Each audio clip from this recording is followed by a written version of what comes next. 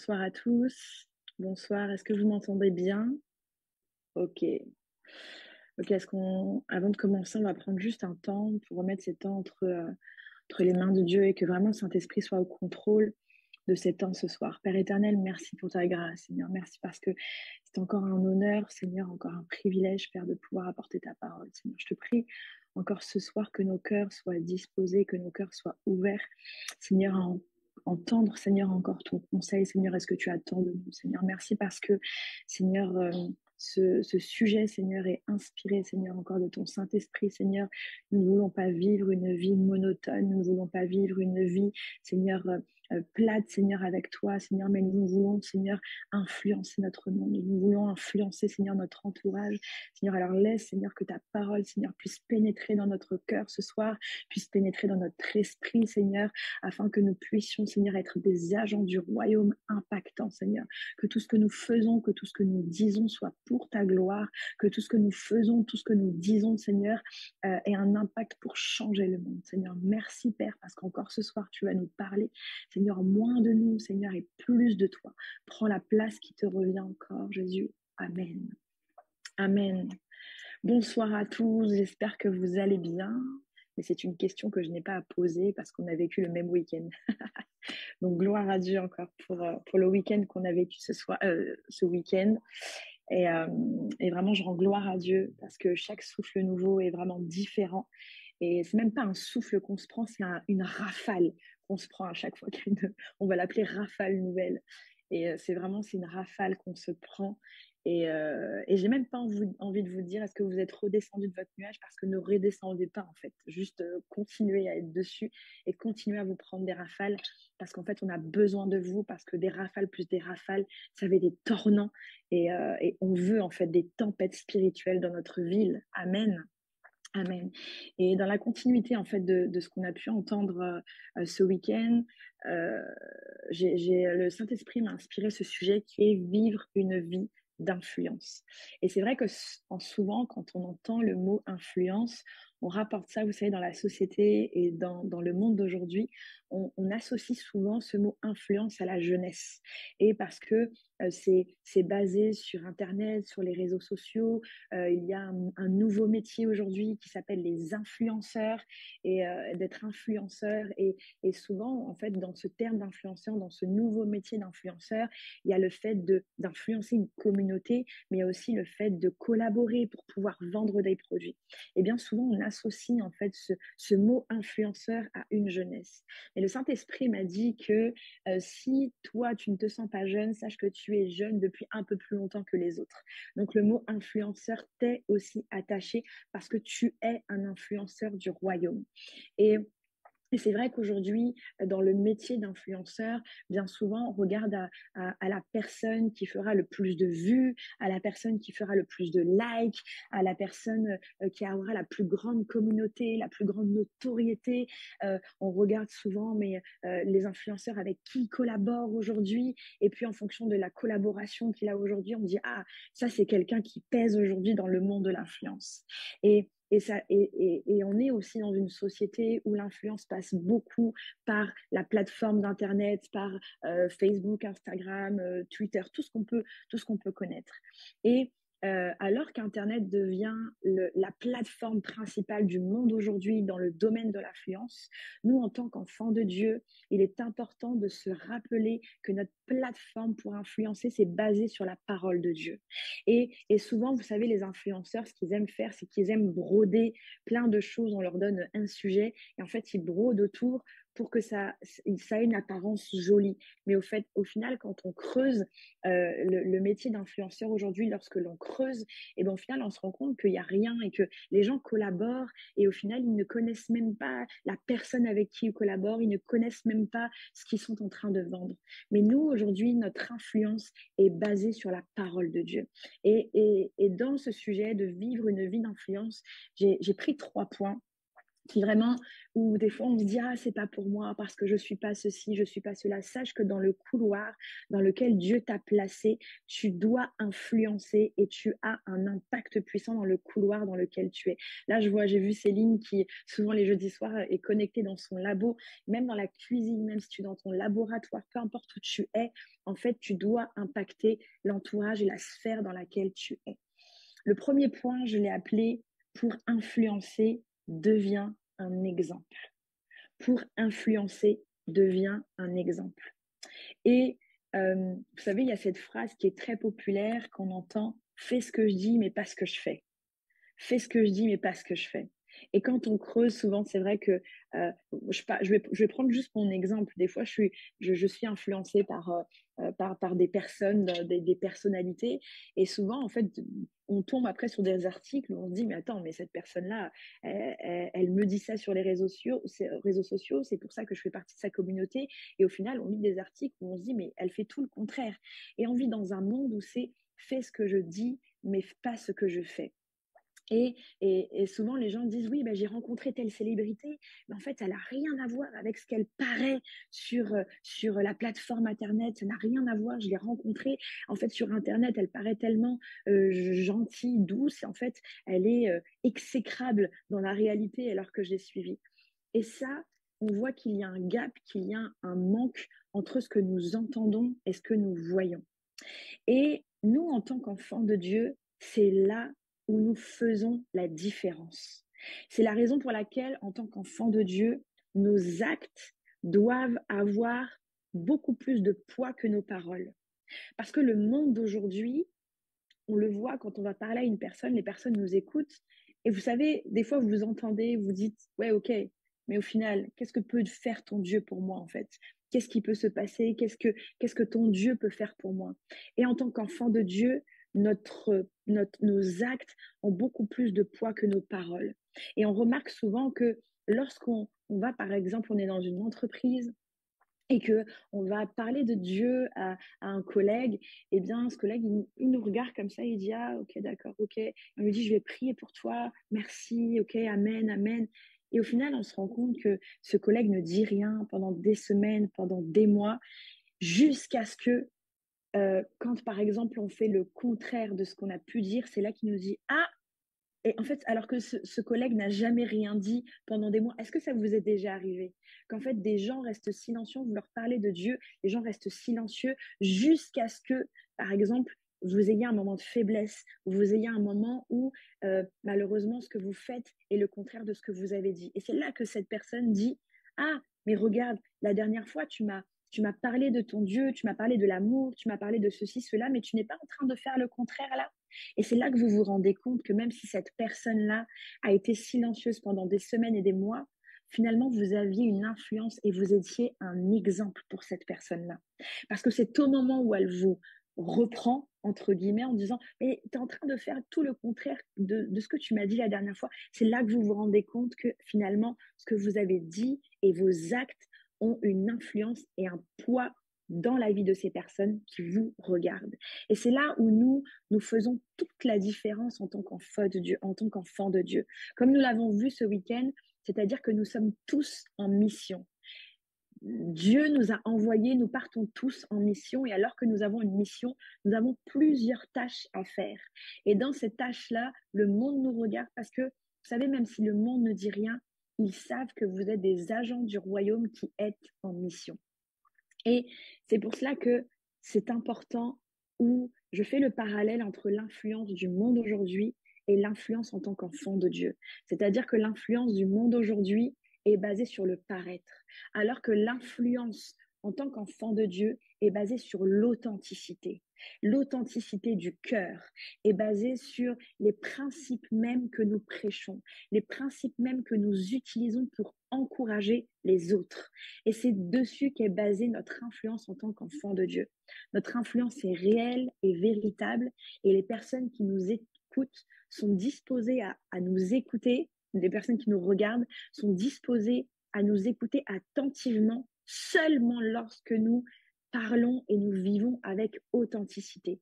Si une personne, si vous arrivez en disant, moi, je suis enfant de Dieu, écoute, pour ta situation, je vais te parler de Dieu, il y a ça, ça, ça, et que vous ne vivez pas dans l'authenticité, et que cette personne voit que votre cœur n'est pas vrai et authentique, vous savez, ça va passer par là et ça va ressortir de l'autre côté. Et je sais que tous autant que nous sommes là, nous l'avons déjà vécu. Et vraiment que notre prière soit, Seigneur, que mon cœur ne soit pas dans le paraître, que mon cœur soit authentique, afin que lorsque je sors une parole ou que je fais un acte là où je suis, qu'il y ait un poids et un impact là où je suis, là où je travaille dans ma famille auprès de mes amis. Et je prends un exemple. Par exemple, on dit souvent, il faut être lent à la colère, la maîtrise de soi. Et vous savez, des fois, quand vous avez de la famille ou des amis à la maison et que les enfants viennent vous titiller, que vous vous mettez en 3 secondes à hurler, on dit laisse-moi tranquille, mais arrête, mais va là-bas, etc. Et que, en fait, tu t'as parlé la semaine dernière, oui, tu sais, le Seigneur est lent à la colère et vraiment j'aspire à ça, je prie, je jeûne, je prie pour ça, et que vous vous mettez en 3 secondes à hurler, la personne, elle se dit, bah purée, il y a du travail, je vais attendre le résultat avant de m'approcher de son Dieu et d'être moi aussi lente à la colère. Et c'est là où, en fait, les gens parfois vont vous le dire et parfois non. Et ce sont des exemples qui sont basiques de la vie de tous les jours, mais afin d'être vraiment souvent on dit Seigneur, envoie-moi afin que j'influence le monde, afin que j'influence les nations. Mais est-ce que même tu es déjà en train d'influencer sous ton toit, sous ta maison et les gens qui t'entourent? Et parfois on dit Seigneur, pourquoi tu m'envoies pas là? Tu sais, moi je suis prête, etc. Et le Seigneur te dit, mais en 3 secondes tu t'énerves, tu fais le contraire de ce que tu es en train de dire, de ce que tu es en train de prêcher à tes collègues, etc.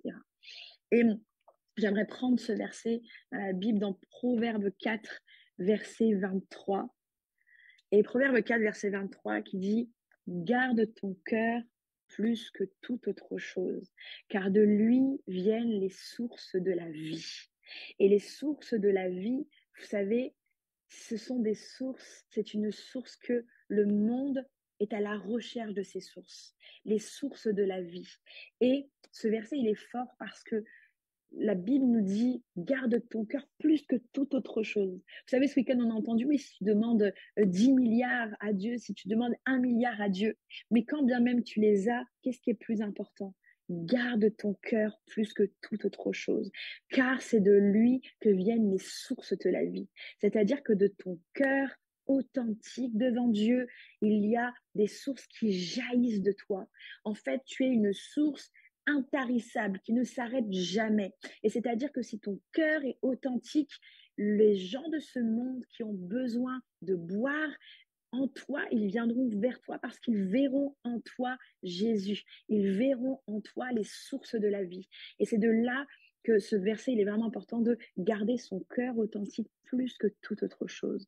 C'est dans nos cœurs que commence l'influence que nous exerçons sur le monde. Donc si ton cœur, et pose-toi la question ce soir, je vous pose la question et je me pose la question à moi-même, dans quel état est ton cœur ce soir?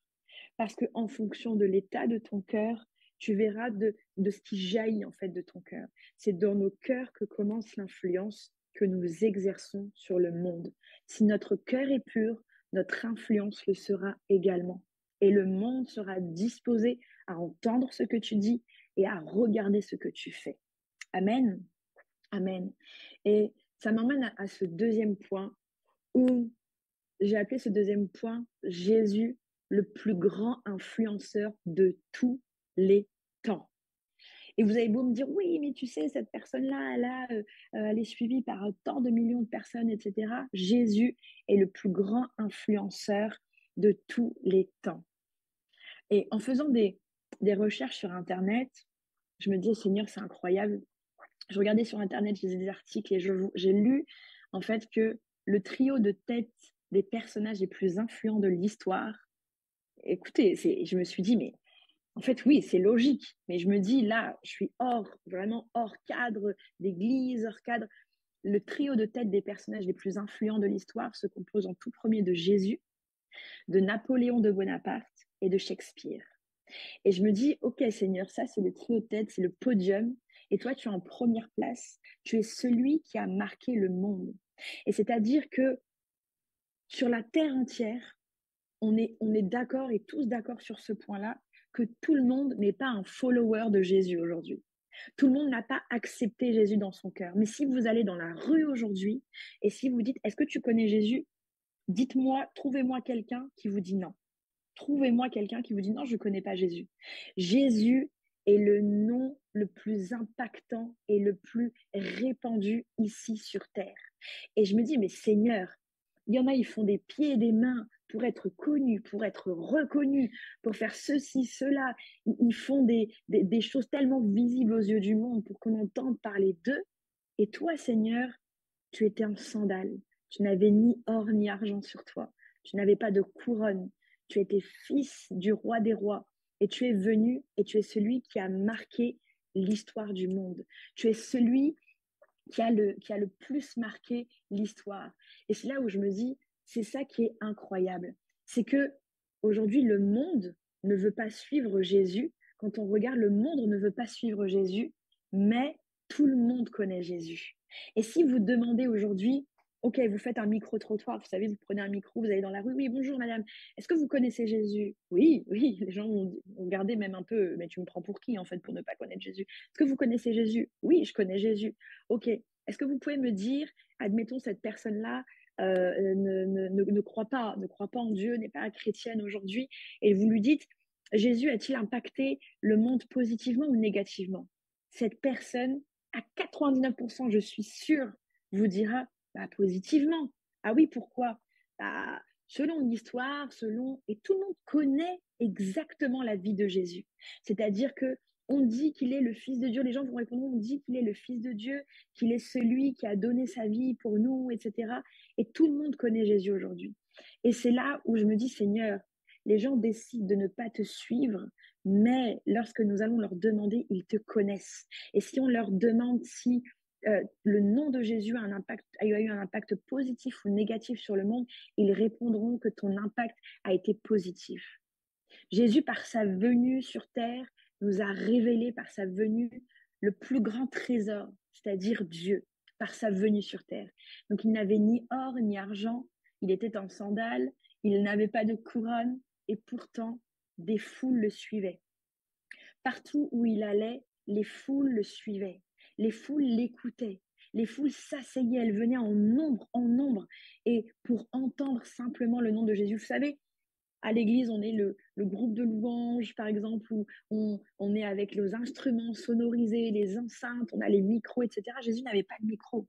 Jésus n'avait pas de micro, il n'avait pas de porte-voix ou quoi que ce soit. Mais les gens, vous imaginez que s'il y avait des foules, c'est que lorsqu'il parlait, les gens se taisaient. Tant sa parole, tant ses actes avaient du poids et de l'influence. Parce que la Bible nous dit pas, il y avait 10 personnes qui le suivaient. On parle de foule, c'est-à-dire qu'on parle d'un grand nombre de personnes. Donc lorsque Jésus parlait alors qu'il n'avait pas de micro, c'est-à-dire que les gens faisaient silence pour écouter. Parce que sans même que Dieu ne dise quoi que ce soit, les gens reconnaissaient par l'influence qu'avait Jésus, les gens reconnaissaient qui il était. Et c'est là où c'est ça l'influence en tant qu'enfant de Dieu. C'est ça l'influence du royaume. C'est que tu n'as pas à prouver au monde, tu n'as pas à prouver aux hommes quoi que ce soit, mais rien que par ta personne, par ton style de vie, c'est un témoignage pour que les gens se taisent et entendent qui est Jésus au travers de ta vie. Et c'est là qu'on comprend que Jésus, que l'influence véritable ne se mesure pas en termes de pouvoir ou de domination. Parce que Jésus, lorsqu'il parlait aux foules, ne disait pas tais-toi s'il vous plaît, moins de bruit, arrêtez de courir, arrêtez de jacasser de l'autre côté. Jésus ne disait pas ça. L'influence véritable ne se mesure pas en termes de pouvoir ou de domination, mais dans la capacité à aimer et à servir les autres. Et c'est vrai on voit plusieurs histoires dans la Bible où lorsque Jésus passe dans les villes, que les foules le suivent, il y a toujours, par-dessus tout, il y a toujours des actes d'amour. C'est-à-dire que ceux que les autres ne regardaient pas, les lépreux, les malades, ceux qui étaient sur le point de mourir, ceux qui étaient déjà morts, les autres ne les regardaient pas, ils les laissaient de côté. Mais Jésus, lui, dans son amour et dans son cœur pur et dans cette influence vraiment véritable, son cœur authentique, il y avait toujours par-dessus tout un acte d'amour.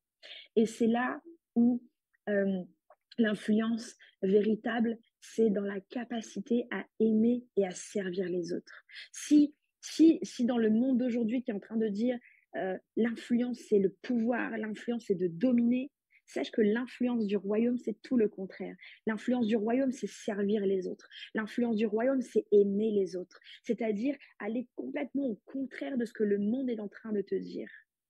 Et c'est là que tu auras un impact véritable dans la vie des personnes qui t'entourent. Parce que ce qui confond le cœur des hommes aujourd'hui, c'est l'amour. Parce que ce sont des choses qui ne sont plus en fait monnaie courante aujourd'hui. C'est-à-dire que les gens sont très individualistes, plus personne ne veut servir l'autre, plus personne, les gens sont à la recherche de pouvoir, de domination, de vraiment rester entre eux. Mais dès lors que tu viens et que tu sers l'autre et que tu aimes l'autre, les gens sont confondus. Parce que pour eux, l'amour aujourd'hui se mérite. Être servi ou que quelqu'un nous rende service, il y a toujours quelque chose, une redevance. Mais non, l'influence du royaume, c'est par l'amour. Amen. Et on voit que Jésus, ses actions ont parlé plus fort que les paroles. Et il existe plusieurs passages bibliques, justement, où on voit que son influence à Jésus, que sa réputation le précédait. Des gens parlaient de lui avant même qu'il n'arrive dans une ville. Ces passages montrent l'impact de ses actions et de ses enseignements et comment la renommée de Jésus s'est rapidement répandue. Et dans Matthieu 4, verset 4, par exemple, je prends juste ce court passage qui dit sa renommée se répandit dans toute la Syrie et on lui amena tous les malades atteints de diverses maladies et tourments, ceux qui étaient lunatiques, les paralysés et les guérit. C'est-à-dire que les gens savaient, Jésus, Jésus, ok, Jésus arrive, vite. Ils se disaient même pas, mais aujourd'hui on se dirait, attends, mais il peut guérir, mais alors combien? Est-ce qu'il y a un quota de guérison? Peut-être qu'on va en choisir que 10, vraiment les plus malades ou ceux qui ont le moins de risque de mourir parce qu'on est sûr que ça va fonctionner. Non, les gens disaient, Jésus, Jésus, amenez tous les malades, peu importe la maladie qu'ils ont, amenez-les, Jésus arrive. Et c'est-à-dire qu'avant même que Jésus arrive, sa réputation le précédait. Et pose-toi la question aujourd'hui, là où tu es, dans ta famille, auprès de tes amis, dans ton entreprise, dans là où Dieu t'a placé pour impacter, avant que tu arrives, qu'est-ce que les gens disent de toi? Est-ce que les gens disent, oh, tu sais, cette personne-là, ça sert à rien, dès qu'on est un petit peu avec elle 10 minutes, il n'y a que des cancans et des bruits de couloir, c'est que des choses comme ça. En fait, quel est l'état de ton cœur? Quelle est la réputation qui te précède là où Dieu t'a placé? Et c'est là où c'est important de savoir. Est-ce que les gens disent de toi, tu sais, lui, il croit en un Jésus, le Père, la Trinité, il croit à ces choses-là. Et lorsqu'il impose les mains, il croit à cette parole dans la Bible que lorsqu'il impose les mains, les malades sont guéris. Et c'est vrai, je l'ai vu, je l'ai vu. Qu'est-ce qui te précède lorsque tu arrives à l'endroit où Dieu t'a placé? Et c'est cette question que tu dois te poser. Dans la Bible également, dans Luc 8, au verset 40, euh, à son retour, donc c'est le passage en fait de la femme à la perte de sang. Et il y a ce passage qui dit, à son retour, Jésus fut accueilli par une grande foule, car tous l'attendaient. Donc imaginez-vous l'impatience des gens. Ah, Jésus arrive, Jésus arrive. Ils n'attendaient pas en disant, bon, bah attends, il est lent, il est en retard, là. Non, ils l'attendaient avec impatience. Vous savez, avec ce cœur qui a soif de dire, ah, notre Jésus arrive. Et quand Jésus arrive dans la foule, Jésus fut accueilli par une grande foule. Et après, plus loin dans le passage, on voit ce passage de la femme à la perte de sang qui, au milieu de la foule, touche juste le bord du vêtement de Jésus. Et dans son immense amour, son cœur authentique, la foule ne l'intéressait pas. Jésus sait qu'il est en train d'influencer, mais la foule ne l'intéresse pas. Et lui pose ses yeux dans son immense amour, il pose ses yeux sur la personne que la foule ne regarde pas. Et il dit, quelqu'un m'a touché. Et c'est là où cette femme, lorsqu'elle fait cet élan de toucher le bord du vêtement de Jésus, Jésus sent en fait son cœur qui est authentique, de dire, Seigneur, tu es mon dernier espoir. Et je m'accroche à ce que je peux, je saute, tu es mon dernier espoir. Et c'est là où Jésus lui dit, et il lui dit, va, tu es guéri. Et, et c'est ça qui est incroyable, c'est qu'il aurait pu juste monter à la vue de tous et parler à la foule, mais non. Et il dit, quelqu'un m'a touché. Qui m'a touché? Cherche. Et tout le monde, en plus, le prend pour un fou et lui dit, mais Seigneur, il y a du monde autour, ok? Comment veux-tu? Non, quelqu'un m'a touché. Et c'est important de savoir que je ne sais pas là où tu es en fonction de l'impact et de ta réputation qui te précède. Est-ce que tu es celui qui change l'atmosphère lorsque tu entres dans un lieu? Est-ce que lorsque tu entres dans un bureau, les collègues disent de toi, quand il est là, je ne sais pas comment l'expliquer, mais il se passe un truc? Ou est-ce que tu es celui qui dit que quand tu viens, les gens disent oui, mais à chaque fois qu'il vient, il y a toujours des embrouilles, il y a toujours des pouilles, il est toujours celui qui met le grain de sable partout, qui met son nez partout. Est-ce que tu es celui qui, quand il vient dans des réunions de famille, tu es celui qui apaise les choses, tu es celui qui sait parler avec amour? Ou alors tu es celui qui met de l'huile sur le feu et qui amène sur la table des sujets qui fâchent? Quelle est ta réputation? Est-ce que ta réputation te précède? Et si oui, quelle est ta réputation? Et on voit que la réputation de Jésus était une réputation d'un homme plein d'amour. Et c'est vraiment, en fait, Jésus est le plus grand influenceur de tous les temps et nous devons être influencés par Jésus. Nous devons nous-mêmes notre vie, à chaque fois que tu fais quelque chose que tu sais pas trop, dis-toi, et quand moi j'étais jeune, on me disait tout le temps, pose-toi la question, que ferait Jésus à ma place? Mais ouais, en fait, si tu veux une vie d'influence, pose-toi la question, que ferait Jésus à ma place? C'est le plus grand influenceur, c'est le plus grand, l'homme le plus followé, le plus suivi de l'histoire de tous les temps. Que ferait Jésus à ta place? Seigneur, tu ferais ça? Je me réfère à ta parole. Ça, c'est mon internet à moi. Ça, c'est mon internet spirituel. Seigneur, que ferais-tu à ma place? Je me plonge dans ta parole. Ok, tu as fait ça, je fais ça. Parce que Jésus est le plus grand influenceur de tous les temps. Est-ce que je peux avoir un amen pour ça? Amen ou des pouces? Yes. Amen. Amen. Amen. Amen. Amen, amen. Et, euh, et dans ce troisième point, donc le premier point qui était pour influencer, soit un exemple, devient un exemple pour ce monde. Le deuxième point, Jésus, le plus grand influenceur de tous les temps. Et le dernier point, c'est les clés d'une influence impactante. Et j'aimerais qu'on prenne la parole dans Galates 5 à partir du verset 13, s'il vous plaît. Et je vais le lire. Oui, mes frères, vous avez été appelés à la liberté. Seulement ne faites pas de cette liberté un prétexte pour vivre comme des hommes livrés à eux-mêmes. Au contraire, par amour, mettez-vous au service les uns des autres, car la loi se trouve accomplie tout entière par l'obéissance à cette seule parole. Aime ton prochain comme toi-même. Mais si vous vous blessez les uns les autres, et si vous vous entre-déchirez, prenez garde. Vous vous détruirez mutuellement. Je vous dis donc ceci. Laissez le Saint-Esprit diriger votre vie, et vous n'obéirez pas aux désirs qui animent l'homme livré à lui-même. Car ces désirs sont diamétralement opposés à ceux de l'Esprit. Et l'Esprit a des désirs qui sont à l'opposé de ceux de l'homme livré à lui-même. Les deux sont opposés l'un à l'autre. C'est pourquoi vous ne pouvez pas être votre propre maître. Mais si vous êtes conduit par l'Esprit, vous n'êtes plus sous le régime de la loi. Amen.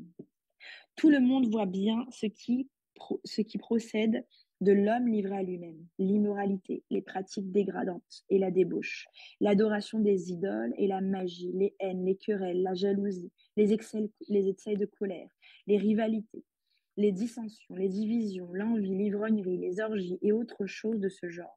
Je ne puis que répéter ce que j'ai déjà déclaré à ce sujet.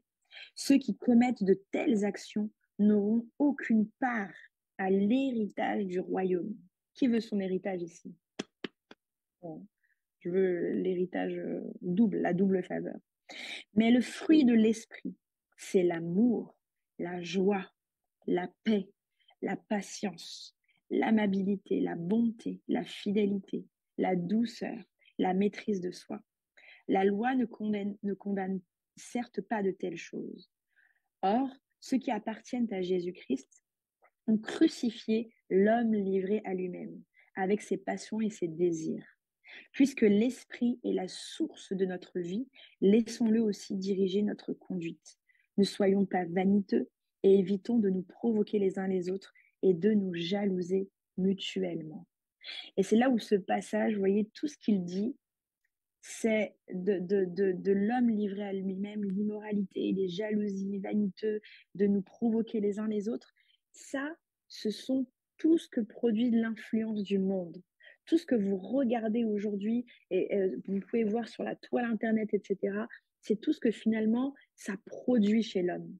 Mais l'influence en tant qu'enfant de Dieu, ce sont les fruits de l'esprit. Et les clés d'une influence impactante, ce sont les fruits de l'esprit, l'amour. L'amour aujourd'hui qui peut confondre n'importe qui. Quelqu'un peut vous dire, oui, toi, t'es comme ça, tu gardes le silence. Et tu lui dis, tu sais, je te pardonne et je t'aime. Je t'aime profondément. Et la personne ne sait même pas quoi répondre parce que ce sont des choses qui aujourd'hui, le monde n'a plus l'habitude que l'amour soit répandu, que l'amour soit partagé. Les fruits de l'esprit, l'amour, la joie, la paix, là où il y a des querelles, la patience. La patience, aujourd'hui, on vit dans un monde où tout doit aller vite. Il y a tout ce que tu dois acheter, tout ce que tu dois faire, tout doit aller vite. Et si ça ne va pas vite, les gens sont impatients et s'énervent. La patience, l'amabilité. Vous allez aujourd'hui dans la rue, vous savez, quand vous regardez les gens et vous dites bonjour, ça va? Les gens vous regardent, il lui arrive quoi, lui, il est zinzin. Mais non, l'amabilité, c'est un esprit, on est joyeux parce que l'esprit vient en moi et l'esprit est joyeux. L'amabilité, la bonté, la fidélité, la douceur. Et vous savez, souvent on dit, Seigneur, tu m'as revêtu d'un esprit de force et de puissance, mais l'esprit est doux aussi. Et l'esprit sera dosé en toi lorsque tu te retrouves à influencer ta sphère, à influencer l'endroit où tu es. Tu sauras si c'est avec force et puissance ou si c'est avec douceur. La douceur et la maîtrise de soi. Et ce sont vraiment les clés d'une influence aujourd'hui impactante. Confondre le monde avec les fruits de l'esprit. Nous marchons bien souvent à contre-courant. Et d'ailleurs, la parole le dit dans ce passage que ce sont des choses diamétralement opposées. Il dit pas, c'est pas un terme ou un mot qui dit, par exemple, c'est presque pas pareil. Non, c'est l'opposé. L'opposé, c'est-à-dire que ça n'a rien à voir. Et nous marchons bien souvent à contre-courant. Et c'est lorsque nous faisons les choses différemment par nos actes que nous influençons le monde, que nous impactons le monde. Parce que même si au moment où vous le faites, le monde ne vous croit pas, il vous dit mais pourquoi il fait l'opposé de ce qui est habituel? Et là, ça attire l'attention. Et les gens vont avoir une attention particulière sur votre vie et sur vos actes et sur vos paroles. N'ayons pas peur d'aller vers les autres, de sortir de notre zone de confort, de sortir de nos murs afin d'aller impacter notre ville, nos villages, nos entreprises, nos familles et nos amis. Et c'est vrai qu'on a eu un témoignage récemment sur les marcheurs de prière où il y avait une jeune sœur qui disait justement je suis sortie de ma zone de confort parce que le Saint-Esprit m'avait donné une parole pour une femme qui était à l'arrêt de bus et en plus c'était une femme musulmane, mais elle est sortie de sa zone de confort. Et j'ai trouvé ça merveilleux parce que je me suis dit, waouh, Seigneur, il y a ce que nos yeux voient et il y a ce que nous voyons dans l'esprit. Et en fait, soumettons-nous à ce que l'esprit veut faire de nous. En fait, nous ne sommes que le canal, notre corps, ce que nous sommes que le canal de ce que veut faire l'esprit, de ce que l'esprit veut impacter notre vie. Sortons de notre zone de confort. Et peut-être que tu te dis, oui, mais tu sais, moi, je suis introvertie, je suis timide, etc. L'esprit n'est pas timide. L'esprit qui vient en toi n'est pas timide. Donc, arrête de dire, ce n'est pas un esprit de timidité, c'est un esprit de force. Fais taire. Dis, Seigneur, moins de moi, plus de toi. Moins de moi, plus de toi. Est-ce que tu peux le dire avec moi? Seigneur, moins de moi, plus de toi. Moins de moi et plus de toi. Et lorsque tu te sens justement saisi à vouloir libérer quelque chose, mais que ta chair revient en disant non, mais moi, en fait, je suis vraiment timide, j'ai jamais eu l'habitude, tu sais, moi, j'ai mes traumas de quand j'étais petit, je brise ça au nom de Jésus. Il n'y a pas de trauma au nom de Jésus. Tu n'es pas quelqu'un de timide, tu n'es pas quelqu'un de traumatisé. L'esprit qui vient en toi est un esprit de force. L'esprit qui vient en toi est un esprit de puissance. Alors, sors de ta zone de confort, sors de tes murs, sors de ce que tu connais déjà et va impacter ta ville, va impacter ton village, va impacter ton entreprise, ta famille. Les gens, lorsque tu partiras, lorsque tu rejoindras la patrie céleste, on doit dire de toi, cette personne, quand elle était là, il y avait un truc. Il y avait un truc. Dès qu'elle parlait, il y avait une atmosphère. Vous savez, des fois, je rencontre des gens de la ville qui n'appartiennent pas du tout à Dieu. Et en fait, des fois, j'ai des déjeuners avec eux. Ils disent, Karen, quand tu parles, tu as un aura. Et moi, ça me fait rire. Parce que le mot aura, vous savez, c'est le mot que le monde utilise quand il ne sait pas quoi utiliser, en fait. Et il dit, il y a un aura quand tu parles. Et moi, je dis, mais c'est parce que c'est pas moi qui parle, en fait. C'est-à-dire qu'avant de te rencontrer, je dis, Seigneur, prends le contrôle de ma bouche et remplis ma bouche. L'aura que tu es en train de dire, c'est simplement Dieu qui te parle au travers de ma bouche. Et c'est là où le jour où tu vas partir, le jour où tu vas rejoindre la patrie céleste, qu'est-ce que vont dire les gens? Quelle aurait été ta réputation et ton impact dans ta ville, dans ta famille et dans tes amis? Ne vis pas une vie chrétienne monotone. Tu es appelé dans ton couloir pour une vie impactante. Jésus est le meilleur des exemples. Il a impacté l'histoire, il a impacté le monde. Tu dois faire de même. Et Jésus l'a dit, lorsque je partirai, vous ferez des choses bien plus grandes que ce que j'ai fait. Est-ce qu'aujourd'hui, tu peux dire, Jésus, moi là, ma réputation, j'ai fait plus que ce que toi tu as fait, comme l'a dit ta parole. Est-ce que tu peux le dire aujourd'hui? Et si tu ne peux pas le dire aujourd'hui, si tu n'es pas capable de le dire, c'est que tu dois faire encore plus. Sors de ta zone de confort. Et à l'heure où chacun, dans le monde de l'influence, sur les réseaux sociaux, sur Internet, tout le monde veut avoir la plus grande collaboration. Vous savez, des fois on dit, ah, j'ai collaboré avec, je sais pas, Chanel, Mercedes, peu importe les marques. Et tout le monde veut faire la plus grande collaboration dans le monde de l'influence pour être reconnu, avoir une notoriété. Sachez, mes frères et sœurs, que la plus grande collaboration que nous puissions faire pour impacter notre monde, c'est la collaboration avec le Saint-Esprit. C'est une collaboration qui n'a pas de fin. C'est une collaboration en CDI. C'est-à-dire que les gens, lorsqu'ils vont sur ton profil spirituel, ils doivent se dire, OK, elle, ça se voit, son mentor, son exemple, c'est Jésus. Et ça se voit que sa collaboration, elle collabore tous les jours avec le Saint-Esprit. C'est ce que l'on doit dire de toi. Ta plus grande collaboration à l'heure où les influenceurs, à l'heure où ce nouveau métier, les gens collaborent avec des marques, ceux qui sont le plus reconnus, toi, ta plus grande collaboration, c'est avec le Saint-Esprit. Et on l'a entendu tellement de fois ce week-end à Souffle Nouveau, où on dit souvent, oui, si c'était toi à cette place-là, mais oui, si on avait collaboré depuis longtemps, si des chrétiens s'étaient levés depuis très longtemps pour collaborer et dire, moi, j'ai pas peur, en fait. Moi, je fais tomber les murs, je fais tomber les frontières. Ma plus grande collaboration, c'est avec celle du Saint-Esprit. Crois-moi, tu serais, comme il l'a dit le docteur Paul, tu serais à la place de toutes ces entreprises familiales qu'il y a. Nous avons notre place et nous devons impacter, nous devons influencer notre vie, nous devons influencer notre sphère et le couloir là où Dieu nous a envoyés. Et peut-être que tu as déjà reçu dans ta vie une parole de Dieu qui dit, il est temps que tu sois un influenceur. Où en es-tu aujourd'hui? Qu'as-tu fait aujourd'hui? Est-ce que lorsqu'on parle de toi, on dit, cette personne-là, il m'influence par la manière dont il vit, son style de vie. Tu sais, des fois, tu dis rien, mais tu influences quand même les gens. Ta personne, ta façon d'être influence les gens. Que dit-on de toi aujourd'hui? C'est avec le Saint-Esprit qu'on peut avoir un impact puissant et qui marque. Et je termine avec, on chante souvent le chant, vous savez, je suis née pour influencer, remplie du Saint-Esprit, je louerai son nom. Et il y a cette phrase souvent dans ce chant qui dit « Je suis née pour influencer ». Et me dites pas, vous voyez pas de quoi je parle, parce qu'à chaque fois qu'on prend ce chant, vous chantez de tout votre corps, de tout votre cœur, de tout votre âme. Donc vous voyez bien cette phrase qui dit « Je suis née pour influencer et remplie du Saint-Esprit ». Tu es né pour influencer et tout en étant rempli du Saint-Esprit. Sans être rempli du Saint-Esprit, tu seras, comme ce passage le dit, comme ces hommes livrés à eux-mêmes. Mais il faut que tu sois rempli du Saint-Esprit pour impacter là où tu es. Est-ce que je peux avoir un Amen? Amen. Amen. Ta plus grande collaboration. Merci Jésus, soyez bénis en tout cas. Et on refait le point dans un mois. Et on va refaire un point dans un mois en disant qu'est-ce que tu as changé?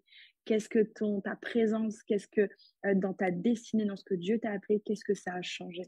Amen, soyez bénis. Amen. Merci beaucoup, Karen, pour ce merveilleux message.